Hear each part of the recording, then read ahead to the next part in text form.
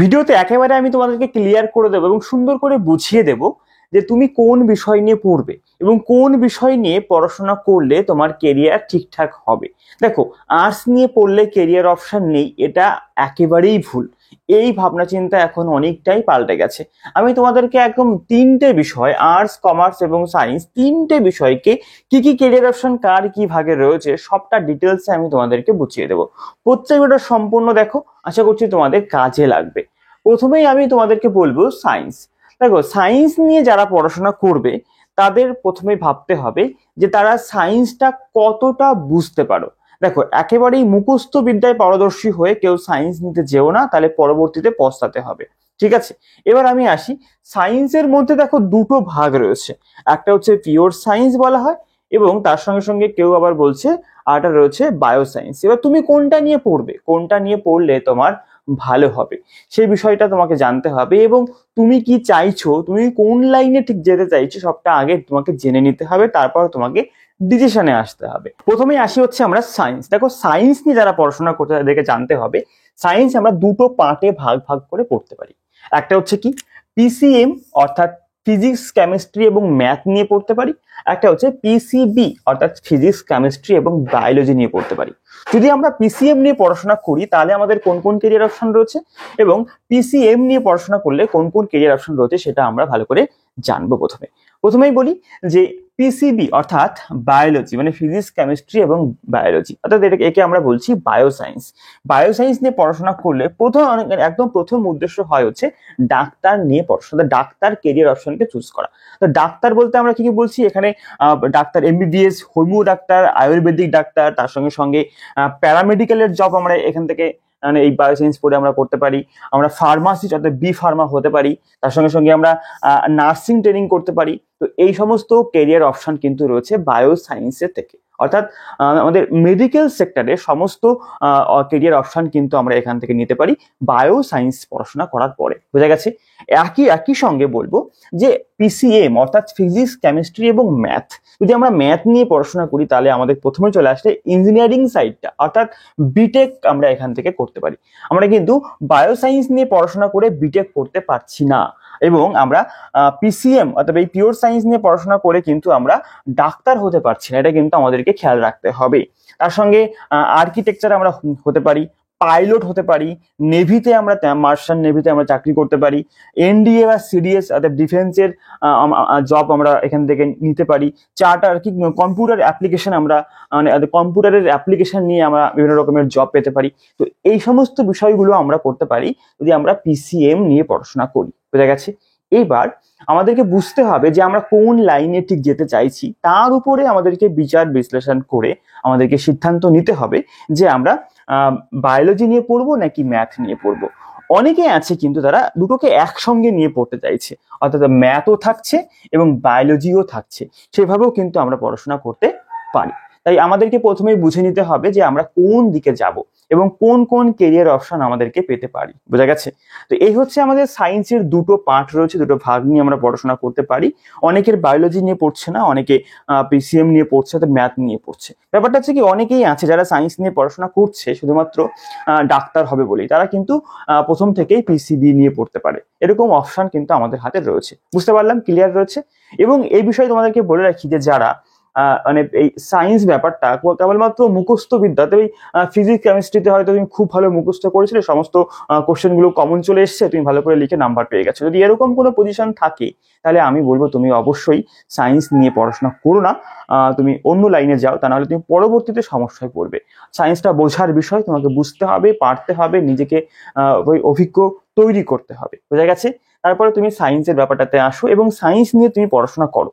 এই বিষয়ে তোমাদেরকে আমি আরো একটি বিষয় জানিয়ে রাখবো, সেটা হচ্ছে কি আর্টস এবং সায়েন্স। দেখো, এই সায়েন্স ছাড়াও আর্টস রয়েছে, আর্টস এবং সায়েন্স, আর্টস এবং কমার্স, এই তিনটে বিষয়ের মধ্যে কোনটা বেস্ট সে বিষয় নিয়ে আমি অবশ্যই কথা বলবো, একটুখানি অপেক্ষা করো। তার আগে আমি তোমাদেরকে বলে নিই যে এই একই সঙ্গে সায়েন্সের সঙ্গে সঙ্গে আমি এবার বলছি তোমাদেরকে কমার্স। দেখো, কমার্স কি রয়েছে, কমার্স সাবজেক্টটা নিয়ে এখন অতটা মাতামাতি নেই। আগে কমার্স নিয়ে প্রচুর ছেলেমেয়ে পড়াশোনা করেছে, সায়েন্সের পরেই কমার্স নিয়ে পড়াশোনা করছে, সায়েন্সে চান্স পায়নি তো কমার্স নিয়ে পড়াশোনা করছে, এমনটা রয়েছে। কমার্সে কোন কোন সাবজেক্ট পড়া হয় মানে পড়ানো হয় মেনলি?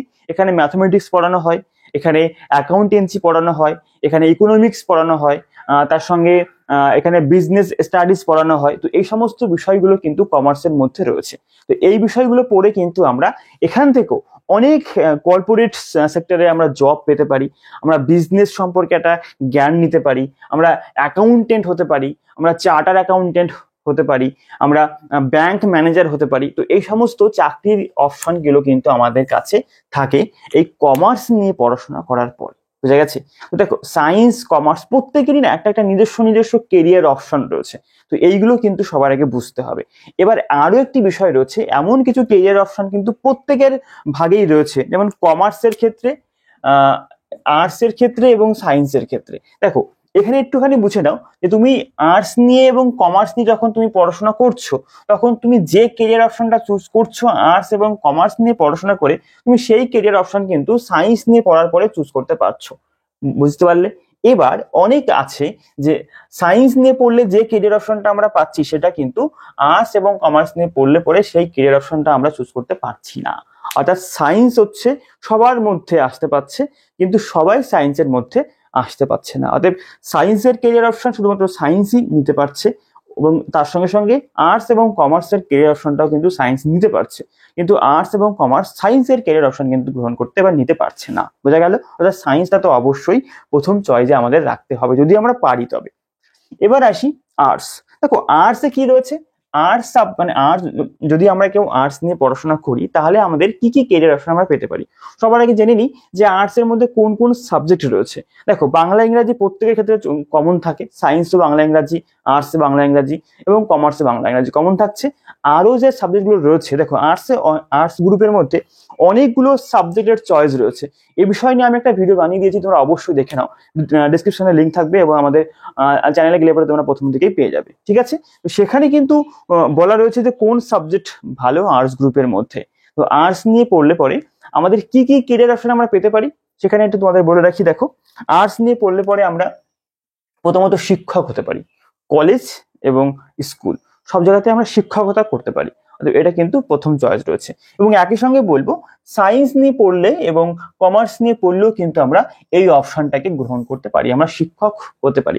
যেমন আমরা পিসিএম নিয়ে পড়লে আমরা বিএসসি ডিগ্রি করতে পারি, পিসিবি নিয়ে পড়লেও আমরা বিএসসি ডিগ্রি করতে পারি। অর্থাৎ আমরা যে কোনো সাবজেক্ট সেটাকে নিয়ে আমরা বিএসসি করতে পারি এবং তারপরে আমরা বিএড করে আমরা শিক্ষক হতে পারি বা কলেজের প্রফেসরও কিন্তু আমরা হতে পারি। বোঝা গেছে? তার সঙ্গে রয়েছে ডাব্লিউবিসিএস, আমরা ডাব্লিউবিসিএস পরীক্ষা দিতে পারি, অর্থাৎ আমাদের ওয়েস্ট বেঙ্গলের সিভিল সার্ভিস, এই পরীক্ষা কিন্তু আমরা দিতে পারি। এখানে আমরা এই পরীক্ষা দিয়ে পুলিশের চাকরি, তার সঙ্গে সঙ্গে বিডিও, এসডিও, ইনকাম ট্যাক্স ডিপার্টমেন্টে, বিভিন্ন রকমের ডিপার্টমেন্টে আমরা অফিসার র্যাঙ্কের চাকরি পেতে পারি, আর্টস নিয়ে পড়াশোনা করলে করতে পারি। একই সঙ্গে বলে রাখি, এটা কিন্তু আর সায়েন্স এবং কমার্স নিয়ে পড়লেও কিন্তু আমরা এই অপশনটাকে গ্রহণ করতে পারি। বোঝা গেছে? এবার আসি ইউপিএসসি।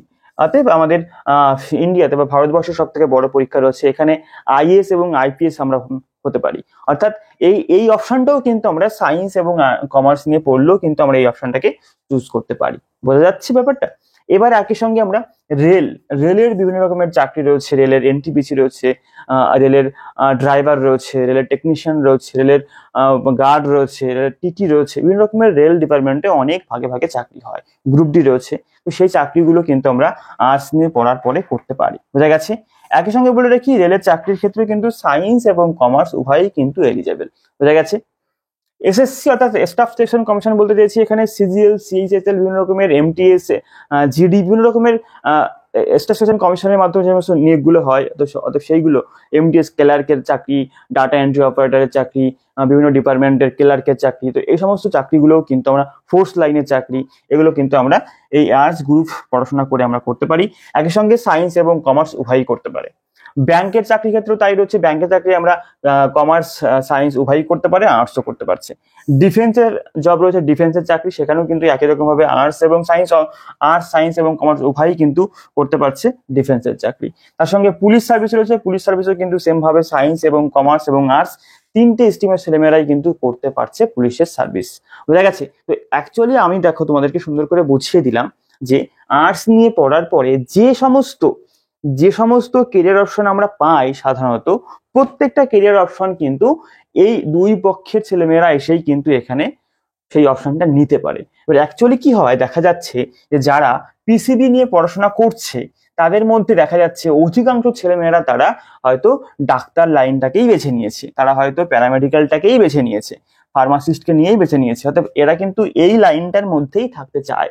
এবং কিছু ছেলেমেয়েরা যারা দিকভ্রষ্ট মানুষ, তাদের কোনো দিক বা সিদ্ধান্তের সঠিক নেই বা সিদ্ধান্ত ঠিকঠাক করে নিতে পারে না, তারা কি করে, তারা ওই সায়েন্স নিয়ে পড়ছে, 10+2 2 বছর পড়লো, পড়ার পরে আবার ঘুরে ফিরে চলে আসলো আর্টসের ঘরে এসে এই সমস্ত চাকরি পরীক্ষার জন্য প্রিপারেশন নিচ্ছে, বা কলেজে হয়তো কোনো একটা বিষয় নিয়ে অনার্স করছে বা পাশে ভর্তি হয়ে গেছে। এরা হচ্ছে দিকভ্রষ্ট ছেলেমেয়েরা। এরা কারা বলে তো, এরা হচ্ছে ওই লোককে দেখানোর জন্য মাধ্যমিক পাশের পরে বাবা মায়ের কথা অনুসারে বা লোককে দেখানোর জন্য সায়েন্স নিয়ে ভর্তি হয়েছিল, কিন্তু পরবর্তীতে এরা এই সমস্ত ভাবনা চিন্তা ওদের মাথা থেকে উড়ে যাওয়ার কারণে ওরা পরবর্তীতে ঘুরে এসে আর্টসের ঘরে ঝাঁপ দেয়। বুঝা গেছে? তো এরা হচ্ছে মানে এদের জন্য আমাদের এখানে কিছু ছেলেমেয়ে হয়তো পরবর্তীতে বাড়ে। তাছাড়া বাকি যারা সঠিকভাবে সায়েন্সটাকে নিয়ে পড়াশোনা করতে চায় তারা পরবর্তীতে আর ফিরে আসে না, তারা সায়েন্সের মধ্যেই কোনো বেটার অপশনকে বেছে নিয়ে তারা সামনের দিকে এগিয়ে যায়। বুঝা গেছে? তো এই হচ্ছে সায়েন্স, আর্টস এবং কমার্স। বুঝা গেছে? আর্টস এর মধ্যে সাবজেক্টের অনেকগুলো ভাগ আছে, এটা একটা গুরুত্বপূর্ণ বিষয়, এটা অবশ্যই দেখে নিয়ে ভিডিওটা দারুণ করে বুঝিয়ে দিয়েছি আমি, কোনটা স্কোরিং, কোনটা কাজে লাগবে, কোনটা চাকরি পরীক্ষাতে আসে, সবটা বলে দিয়েছি। ঠিক আছে? হ্যাশট্যাগ স্টাডিতেও আছে, বং স্কুলেও রয়েছে এই ভিডিওটি, অবশ্যই দেখে নিও। ঠিক আছে? এই হচ্ছে আমাদের সায়েন্স, আর্টস এবং কমার্স। আমরা কোন বিষয় নিয়ে এগোবো, কোনটা এগোলে কি কি কেরিয়ার অপশন আমাদের সামনে আসে, সেটা আমরা মোটামুটি করে বুঝতে পারলাম। বোঝা গেছে? এইবার দেখো এর সঙ্গে আরো যে বিষয়টা রয়েছে, একটা হচ্ছে ভোকেশনাল।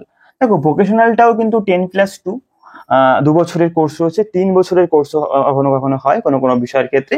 এটা হচ্ছে বৃত্তিমূলক শিক্ষা, এটা আমাদের 10+2 স্ট্যান্ডার্ড অর্থাৎ উচ্চ মাধ্যমিক স্ট্যান্ডার্ড। এখানে পড়াশোনা করে আমরা উচ্চ মাধ্যমিক পাশের সমতুল্য যোগ্যতা পাই। আর ভোকেশনালে কিন্তু এমন মানে কারিগরি বিদ্যা, এখানে কিছু সাবজেক্ট রয়েছে যেগুলো সম্পর্কে আমি আগেও আলোচনা করেছি আমার ওই ভিডিওতে, সাবজেক্ট চয়েসের ভিডিওতে। এখানে কিন্তু ফুড প্রসেসিং থেকে শুরু করে তোমার হচ্ছে টেকনিশিয়ান রয়েছে, অথবা ইলেকট্রিক্যাল রয়েছে, অটোমোবাইল রয়েছে।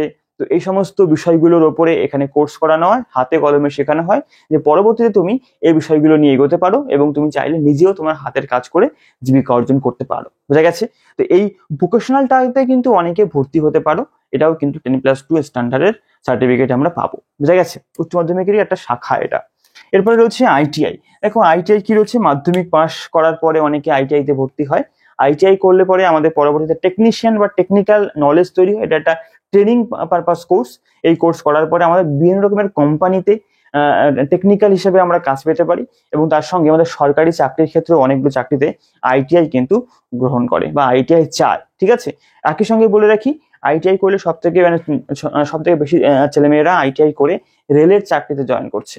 রেলের ড্রাইভার এবং টেকনিশিয়ান হতে গেলে পরে আমাদের আইটিআইটা দরকার হয়, এবং আগামী দিনে আইটিআই করার পরে হয়তো রেলের গ্রুপ ডি চাকরিটা হতে আইটিআই চাইবে। বোঝা গেছে?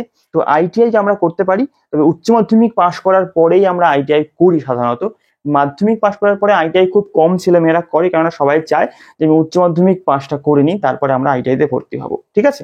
আইটিআই নিয়ে বা আইটিআই কোন কোন ট্রেড করতে হয়, কোন ট্রেড করলে কি চাকরি হতে পারে, এই বিষয় নিয়ে আমি আগেও ভিডিও বানিয়েছি, আগামীতে আবার বানাবো আরো ডিটেলসে। অবশ্যই আমাদের সঙ্গে থেকো। তো এইটুকুই, দেখা হচ্ছে পরবর্তী ভিডিওতে। প্রত্যেকে আমাদের সঙ্গে থেকো, আর প্রত্যেকে সাবস্ক্রাইব করে রাখো আমাদের হ্যাশট্যাগ স্টাডিকে, এবং সঙ্গে অবশ্যই বং স্কুলকেও সাবস্ক্রাইব করতে একেবারেই ভুলবে না। ঠিক আছে? আজকে দেখা হচ্ছে পরবর্তী ভিডিওতে।